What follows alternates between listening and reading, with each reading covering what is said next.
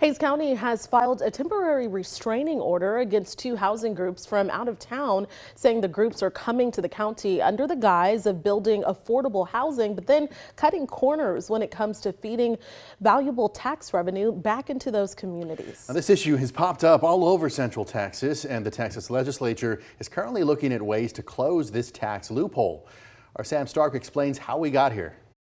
So this would result in significant revenue loss for us, which would affect our ability to fund vital services. Last Tuesday, the Hays County Commissioners Court discussed two housing finance corporations looking to acquire multifamily developments in the county. The groups coming from Pecos and Pleasanton. And while this could bring more housing to the area, it will not bring valuable tax revenue. We have the strong belief that if anyone is going to pull something off the tax rolls, we should be involved in that conversation. On Monday, the county announced it would file a temporary restraining order against the Pecos and Pleasanton HFCs until the state clarifies if what they're doing is legal. There's a limited number of how many options you have to create affordable housing in Texas. Housing finance corporations were created in 1979. Roger Arriaga, the executive director of the Texas Affiliation for Affordable Housing, said the law intended local governments to create HFCs for their own jurisdictions. Great work. They've created tens of thousands of units over the many years, and they do it in an affordable way that's really beneficial to the communities.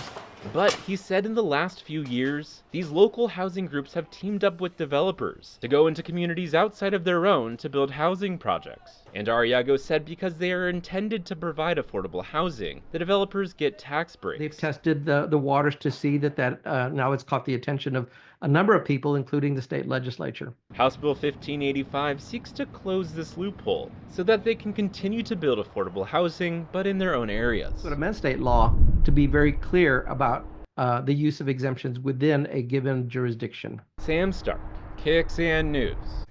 And House Bill 1585 passed in the Texas House today. It still needs to pass the Senate, though, before it gets sent to the governor.